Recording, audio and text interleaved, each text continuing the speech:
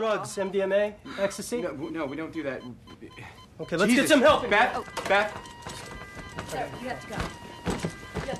Let's get a line in her and give you 2 milligrams of Ativan. With the ongoing outbreak of coronavirus, one movie from years ago has regained the public attention recently. The film is none other than Steven Soderbergh's Contagion from 2011, a medical thriller about the globe-trotting killer virus MEV-1 and the rampaging fear it caused. Unlike a usual Hollywood disaster film or virus outbreak film like 1995's Outbreak, Contagion, beside its star-studded huge ensemble cast, feels more like an indie film in its story and structure. Devoid of the dramatic action scenes, hysteria, coincidences that are too good to be true, or cheesy sentimentality of the films in a similar genre, Contagion is a slow burn. It doesn't take place in the span of days, but an entire month instead. In Outbreak, the film's drama centers almost entirely on the tension and suspense of keeping the deadly virus in town. In Contagion, the virus has gotten out of the town since the beginning, infecting the global population. Examining the process of how the health officials try to combat the disease and how the virus slowly breaks down the civilization, it is told with chilling and clinical precision, filled with quiet moments that are both meditative and disturbing.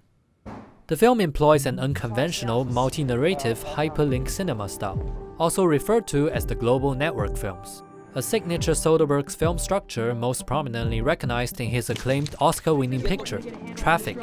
He doesn't just follow the journey of one protagonist, but 6 different threads including an epidemiologist, a CDC representative, an epidemic intelligence service officer, a biologist, a journalist, and a husband of an index patient. One of the reasons Soderbergh could get a huge cast like this, despite many of the actors only having a few days available, is due to the fact that most of them don't share the same screen time.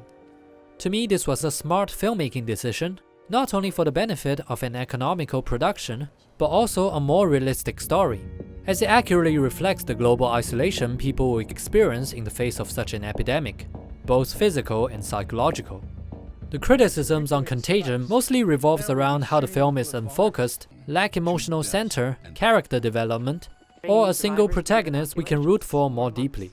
It has multiple plot lines that either dies. And the other thing I think that Scott did, which I very much appreciated, was the point that it was very democratic.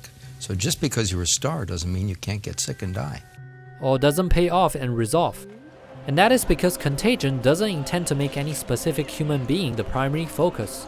The real protagonist here is the virus. One of the appeals of this movie to me was that there was no metaphor.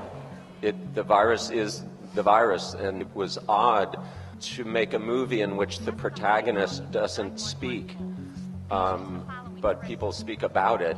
This approach is not entirely new for Soderbergh, since his thematic interests often center around big, broad global issues like crime, drugs, and illness, with those issues being the film's main protagonist. This is even evident in the soundtrack of the film, composed by Cliff Martinez, who's been Soderbergh's longtime collaborator ever since his first feature. His film music is often suspenseful, atmospheric, and minimalistic, representing an environment, the ambient mood of a particular world. And Soderbergh simply inserts his characters into that thematic soundscape and allows them to be manipulated by the environment into whichever direction they are meant to go. In Contagion's soundtrack, there's no character theme, but only the theme of the larger situation that's going on, the virus that's spreading at a frightening speed. It's unemotional and doesn't cry for anyone's losses. Until a vaccine is found, not a single character has their own leitmotif or any musical significance to alter the trajectory of this disaster with their halo of heroic presence. The elusive, spooky yet steady pulsing rhythm creates a queasy atmosphere and instills emotional distress in us, especially during montage sequences featuring victims from different countries who are about to infect more people. With the ghostly electronic score being monotonous but also unpredictable, often mutating into something strange, the quietly intense melody marches on, unstoppable and unfathomable. In comparison, the soundtrack of Outbreak features massive, lush orchestra music which pulls on our emotional heartstring. It has tracks of character moments. Open, look at me. Casey, right here, here I am, see me? There you are. Military conflicts, reflecting the main character's losses and their struggle of morality, which is a highly subjective point of view. Now this video is by no means meant to be a degradation to the movie Outbreak or its composer James Newton Howard. I enjoyed both films in different ways, but music, being one of the most emotionally seductive elements of a film that alters how we perceive reality, does reflect the perspective and ideology of a film. Other than the music, the camera work of Contagion 2 mostly stays at an observer's perspective, maintaining sober while documenting this panic-inducing event. To me, Contagion is more like a cinematic tapestry of journalism. It sacrifices how deeply we identify with one character with more objectivity. It presents many problems, but doesn't necessarily resolve all of them. The unethical blogger who achieves wealth and fame by deceiving the public still gets released on bail. The less privileged are fooled into thinking that the placebo they've got is the vaccine. Because in real life, fighting against fake news and inequality is hard and often unresolvable. The result we have is a movie that is less satisfying dramatically, but more unbiased and grounded in reality. After all, Soderbergh's interest doesn't lie in the journey of a single protagonist, but rather the personal effect virus has on everyone. It's Andrew! Sorry, Andrew, I can't let you in. At the end of the film, we see the inception of how everything happened. A bulldozer from the company that a few of the first victims worked in, AIMM Elderson, knocked down a tree and disturbed some bats. So the virus in the bat gets passed on to the farmed pigs, to the chef, and finally to the casino customer, Beth. Whether it's a coincidence or a tribute to Soderbergh's casino heist films, the human spread of virus in Contagion begins in a casino as well. In many Soderbergh's films, behind the close-ups of small objects, individual characters withhold their own secrets and deception. Except this time, the deception and threat are reduced to something literally invisible to the human's naked eyes. Yet it became much more lethal. Soderbergh instills paranoia into close-up shots of the objects and surfaces that people touch, turning them into potential fomites charged with potential danger. People are being deceived, and at the same time, deceiving other people unknowingly. The movie's message is loud and clear. In an extremely globalized and interconnected society, every small bit of greed, selfishness, can snowball down the hill into a huge catastrophe. No one is a usual suspect, but everyone can be a resident evil.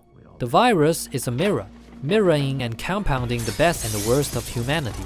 Soderbergh doesn't always fancy the idea of an individual hero, because in the face of an unknown threat, nobody can play the hero, at least not one single person. Just like how the cause of the epidemic can't be attributed to a single culprit, it's unlikely that one person can change the established system, law enforcement, collective human nature, or any kind of pervasive global situation. Because the house always wins. Play long enough, you never change the stakes, the house takes you. Unless, when that perfect hand comes along, you bet big, and then you take the house. Science, or any other breakthroughs in the universal or societal issue, is a collective effort contributed by many groups of individuals, and their willingness to take small, seemingly insignificant steps against the society's mass current of fear, judgment, doubt, and ignorance. By anchoring us in multiple point of views, Soderbergh facilitates understanding to the macro global issue. He offers us window to catch a glimpse of how a social and political issue looks like, to a person directly impacted by the problem. And in the midst of all the lies, mistrust, and suspicion caused by a global epidemic that disconnects people, Go home, Andrew! Everyone is viewing situations and people through a thick lens of perception. So any single perspective is in danger of being too one-sided to reflect the truth of the scenario. Maybe what we need is not a single hero to root for, a single voice to be heard, and the rest to be blamed and ignored. Maybe all we need is understanding for every human being. Hey everyone, thank you so much for watching. If you enjoyed this video, make sure to hit the subscribe button so that you won't miss out on more content like this. Meanwhile, stay safe, remember to wash your hands often, and I'll see you in the next video. Cheers!